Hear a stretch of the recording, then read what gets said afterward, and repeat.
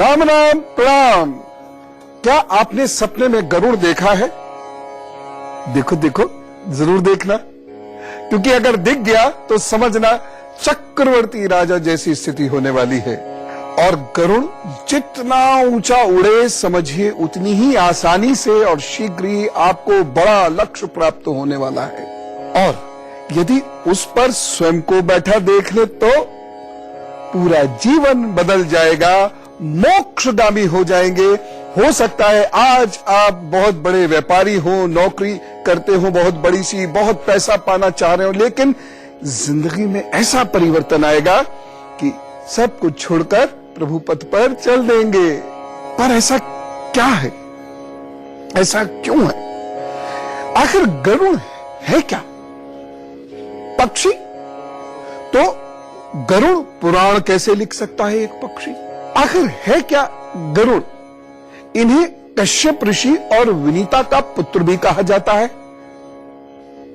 तो कोई इंसान जो इंसानों का पुत्र है वह भी इंसानी ही है, और वह किसी का वाहन कैसे हो सकता है? इतनी ऊंचाइयों पर इतनी तेजी से कैसे उड़ सकता है? नाग से गरुड़ का क्या रिश्ता है? लंका के राजा रावण के पुत्र इंद्रजीत, मेघनाथ जी ने कहते हैं, ने जब युद्ध में राम और लक्ष्मण को नागपाश से बांध लिया, तब गरुड़ ने ही उनके इस बंधन को खोला था, उन्हें मुक्त किया था। तो फिर इस कथा का क्या मतलब है? भगवान विष्णु का वाहन है गरुड़। आपने गरुड़ पुराण का नाम भी सुना होगा। बौद्ध मत में भी गरुड़ है। इससे पहले कि मैं कुछ बात शुरू करूं, आप पहले गरुड़ के कुछ चित्र देखिए और उसमें आपको गरुड़ का जो बड़ा स्वरूप है या गरुड़ के जो भिन्न भिन्न स्वरूप हैं वह समझने को मिलेंगे। सबसे पहले जिसकी आप पूजा करते हैं ना, गरुड़ पक्षी, गरुड़ देव कह के, उनके कुछ चित्र देखें।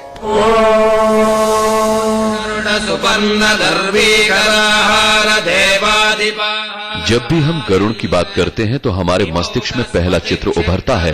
वो कुछ इस प्रकार का होता है कि उसमें एक पक्षी के पीठ पर भगवान विष्णु और माता लक्ष्मी आकाश में भ्रमण कर रहे हैं। उस पक्षी का शरीर आधा मनुष्य का और आधा पक्षी के समान होता है। तो वहीं दूसरा चित्र जो हमें गरुड़ का ज्यादातर देखने को मिलता है, उसमें भगवान विष्णु गरुड़ की सवारी करते हुए एक हाथी की मदद कर रहे हैं। इस तरह के कुछ चित्र हमें और जो गरुड़ की देखने को मिलती है, उन्हें देखकर मस्तिष्क में यह प्रश्न लगातार उठता है कि गरुड़ पक्षी है या पुरुष।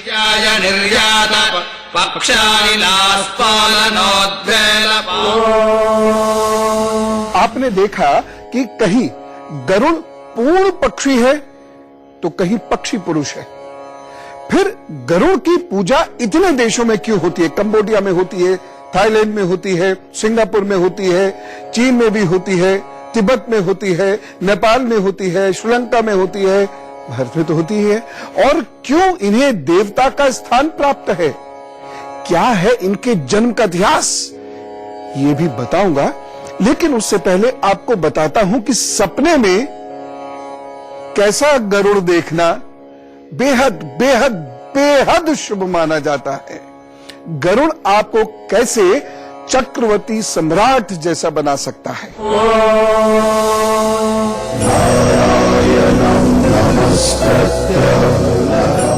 हिंदू धर्म में गरुड़ को भगवान विष्णु का वाहन माना जाता है और इसकी उड़ान अन्य दूसरे पक्षियों के मुकाबले कहीं ज्यादा है। ऊंचाई पर किसी दूसरे पक्षी के लिए उड़ना संभव नहीं है। इसी कारण अगर कोई व्यक्ति आकाश में उड़ते गरुड़ को देखता है तो उसे चक्रवर्ती सम्राट जैसा सम्मान और धन मिलना तय माना जाता है।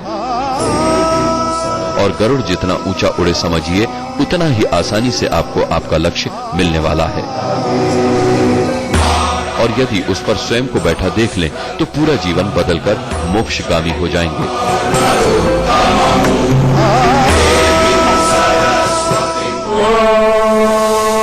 सपनों की अपनी एक अलग दुनिया है, उनके अपने अलग संदेश हैं। भारत पर्व में मैंने आपको विस्तार से स्वप्नों के बारे में बताया था, फिर बता दूंगा। सपने में गरुड़ एक खास प्रकार से दिखे तो समझिए बहुत धन मिलने वाला है। कैसे मिलेगा ये धन, यही बताऊंगा। धन की बात ज्यादा जल्दी समझ में आती है, लेकिन उससे पहले गरुड़ के जन्म का इतिहास जानते हैं और किन देशों में गरुड़ की किस प्रकार से पूजा होती है, ये मैं आपको बताता हूं।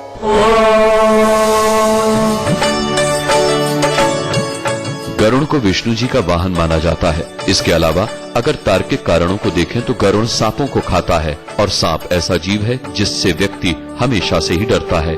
ऐसे में गरुड़ को रक्षक समझना सहज हो जाता है। इसके अलावा गरुड़ के जन्म के संबंध में एक पौराणिक कथा प्रचलित है। कथा के मुताबिक सतयुग में दक्ष प्रजापति की 2 कन्याएं थीं, कद्रु तथा विंता। उन दोनों का विवाह महर्षि कश्यप के साथ हुआ। एक बार ऋषि कश्यप ने अपनी दोनों पत्नियों को मनचाहा वरदान मांगने को कहा।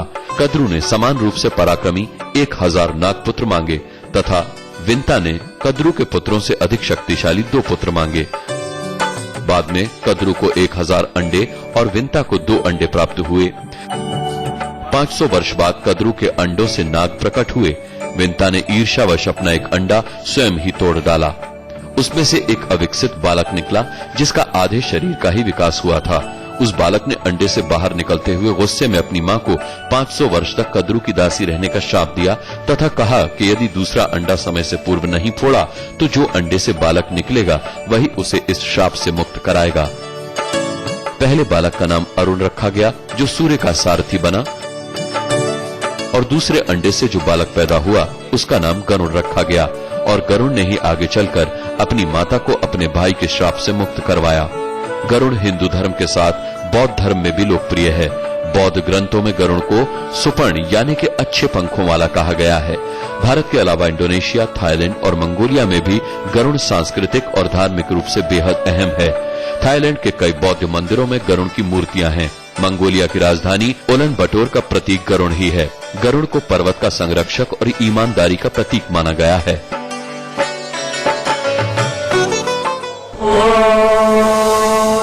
गरुड़ के बारे में जो मेरे विचार हैं, जिस प्रकार से मैं गरुड़ राज को या पक्षी राज को या ऋषि कश्यप के पुत्र को या भगवान विष्णु के वाहन को देखता हूं, मैं जो सोच रहा हूं उसको 4 भागों में बांटकर आपको बता रहा हूं। नंबर 1, गरुड़ मानवता की कोई रक्षक जाति थी, यानी कोई ऐसी जाति थी जो मानव के रक्षा के लिए हमेशा तत्पर तैयार रहते थे।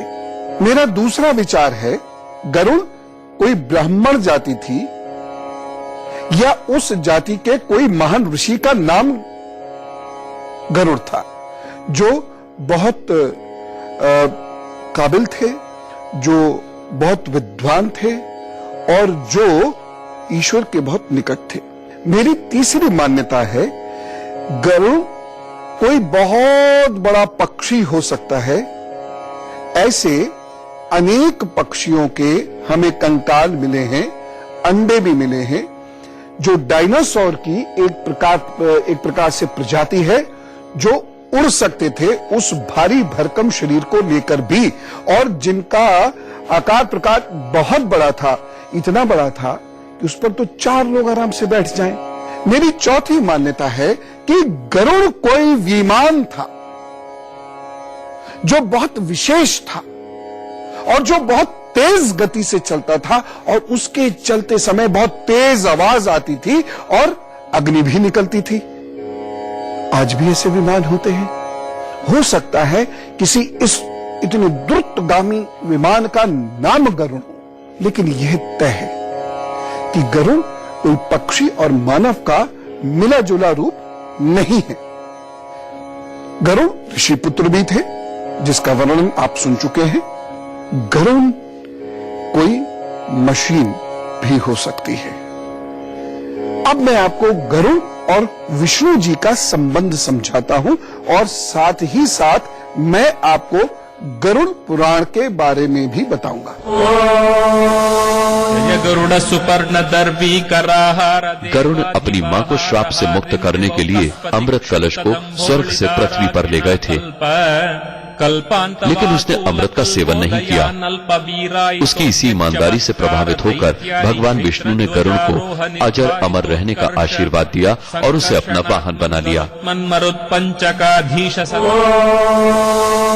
गरुड़ पुराण भारतीय संस्कृति के सबसे अहम संस्कार, मृत्यु और उसके बाद आत्मा कहां जाती है, क्या करती है, मोक्ष क्या होता है, कैसे हो, नरक आदि क्या होते हैं, इन सब के बारे में बताते हैं, जिससे हम मृत्यु के संस्कारों को भी पूर्ण कर सकें। इसके बारे में मैं आपको बताता हूं। गरुड़ पुराण के समग्र रूप के बारे में भी मैं आपको बताऊंगा, लेकिन उससे पहले सपनों में गरुड़ देखने के कुछ विशेष फल बताता हूं जो बेहद सटीक हैं, मेरे खुद के आजमाए हुए।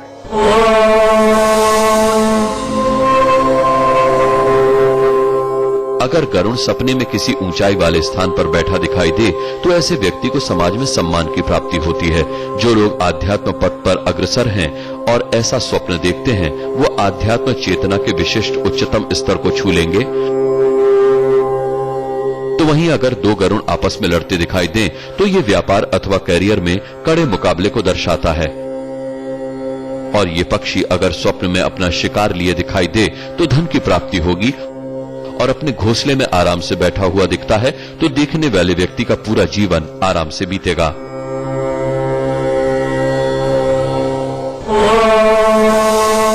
अब मैं आपको गरुड़ पुराण के बारे में भी समझाता हूं, क्योंकि ये वही पुराण है जो डर और अंधविश्वास का मारा हुआ है। इसका इतना विशद ज्ञान हमारे भय और अंधविश्वास की भेंट चढ़ गया, पर मृत्यु की और मृत्यु के बाद की स्थिति का चित्रण इसमें हुआ है और ये पूर्णतया वैज्ञानिक है। गरुड़ पुराण वैष्णव संप्रदाय से संबंधित है और सनातन धर्म में मृत्यु के बाद सद्गति प्रदान करने वाला माना जाता है। इसीलिए सनातन हिंदू धर्म में मृत्यु के बाद गरुड़ पुराण सुनने का प्रावधान है। इस पुराण के अधिष्ठात देव भगवान विष्णु हैं। इस पुराण को दो भागों में रखकर देखना चाहिए। पहले भाग में विष्णु भक्ति और उपासना की विधियों का उल्लेख है। दूसरे भाग में प्रेत कल्प का विस्तार से वर्णन करते हुए विभिन्न नरकों में जीव के पड़ने का वृत्तांत है। इसमें मरने के बाद मनुष्य की क्या गति होती है, उसका किस प्रकार की योनियों में जन्म होता है, प्रेत योनि से मुक्ति कैसे पाई जा सकती है, श्राद्ध और पितृ कर्म किस तरह से करने चाहिए तथा नरकों के भयानक दुखों से कैसे मोक्ष प्राप्त किया जा सकता है आदि का विस्तार पूर्वक वर्णन है। इसके अतिरिक्त इसमें आयुर्वेद, नीतिसार आदि विषयों के वर्णन के साथ मृत जीव के अंतिम समय में किए जाने वाले कृत्यों का विस्तार से निरूपण किया गया है। आत्मज्ञान का विवेचन भी इसका मुख्य विषय है। गरुड़ पुराण के आरंभ में मनु से सृष्टि की उत्पत्ति, ध्रुव चरित्र और 12 आदित्यों की कथा प्राप्त होती है। उसके उपरांत सूर्य और चंद्र ग्रहों के मंत्र, शिव पार्वती मंत्र, इंद्र से संबंधित मंत्र, सरस्वती के मंत्र और 9 शक्तियों के विषय में विस्तार से बताया गया है। अब तो आप समझ गए होंगे कि गरुड़ पुराण का हमारे जीवन में क्या महत्व है। अच्छा चलिए, गरुड़ को सपनों में देखने के कुछ और फल बताता हूं। पैसे की बहुत चाह है ना। ये बातें सामान्यतः बहुत कम लोगों को पता है कि सपने में गरुड़ दिखने के वैसे तो हमेशा ही अच्छे फल मिलते हैं, लेकिन कुछ ऐसे लक्षण भी हैं जो हमें आगाह करते हैं कि कोई अप्रिय घटना घटने वाली है। मस्तिष्क की शक्तियां अपरंपार है। यदि आप अपने मस्तिष्क को टटोलना शुरू करें, आगे की तो बात ही करना बात की बात है, शुरू में ही मस्तिष्क के अंदर वह ताकत आप पाएंगे कि भूत, वर्तमान और भविष्य आपका मस्तिष्क आपको बता सकता है। अगर आप किसी गरुड़ को बौद्ध मठ पर उड़ता हुआ देखते हैं तो शीघ्र ही कोई ऐसी बात होगी जो समाज में आपको अत्यंत ऊंचाई पर ले जाएगी।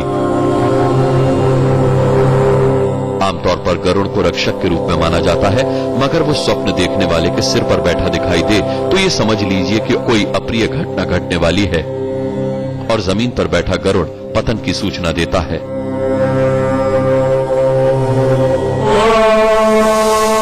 तो हम जिनकी पूजा करते हैं हमें उनको गहराई से समझना चाहिए। आस्था, विश्वास और विज्ञान के ठोस धरातल पर खड़ी होगी तो आस्था का अस्तित्व रहेगा।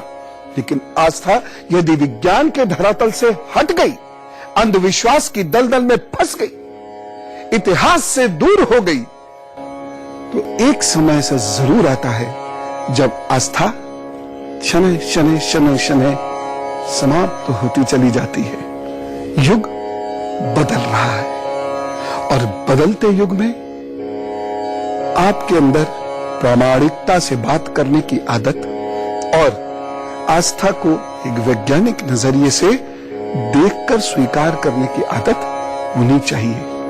यह यकीन मैं दिलाता हूं, आपका इतिहास विज्ञान की ठोस धरातल पर खड़ा हुआ है। और अब स्वास्थ्य पर मसूर की दाल के औषधीय गुण बताता हूं।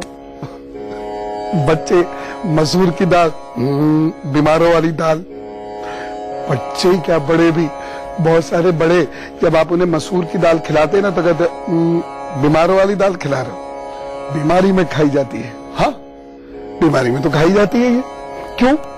आखिर कोई तो इसकी खास बात होगी जो चिकित्सक भी कहते हैं मसूर की दाल खाओ। मसूर की दाल का सूप बनाकर पीने से आंतों से संबंधित रोगों में लाभ होता है। और अगर बीमारी की वजह से घी मना ना हो तो घी जरूर डालें। गाय के घी से कोई मोटियाता नहीं है। और अगर एक चम्मच घी से आपको लग नहीं रहा है, फैट आ रहा है, तो 20-25 कदम चल लो, लेकिन घी जरूर खाओ। मसूर की भस्म बना लीजिए, भूनते भूनते भूनते भूनते वो कड़ी हो जाएगी। हाँ, उसके बाद उसको एक कपड़े में रखिए मोटे से और कट कट कट करके उसको पीस लीजिए खूब अच्छे से, फिर और पतले से कपड़े से उसे छान लीजिए। भस्म में भैंस का शुद्ध दूध मिलाकर, देखिए कितनी गजब की चीज बता रहा हूं। भैंस का दूध मिलाकर अगर आप सुबह शाम घाव पर लगाते हैं तो घाव जल्दी भरने लगता है। एक और चीज, एक बड़ी खास बात, मसूर की दाल के सेवन से रक्त की वृद्धि होती है और कमजोरी का शमन होता है। इसीलिए इसको बीमारी में खिलाया जाता है। और इस बेचारी स्वादिष्ट दाल का नाम ही पड़ गया बीमारों वाली दाल। लेकिन जरूर खाया कीजिए। और बच्चे को, खासतौर से जो स्पोर्ट्समैन है, स्पोर्ट्स वुमेन है, स्पोर्ट्स गर्ल्स हैं, उनको मसूर की दाल का सूप घी डाल के जरूर देना चाहिए, 1 कप कम से कम। ऐसे ही कुछ प्रश्न लेकर पुनः उपस्थित होऊंगा मैं। तब तक जरा एक बार जोर से कह दीजिए, भारत माता की जय।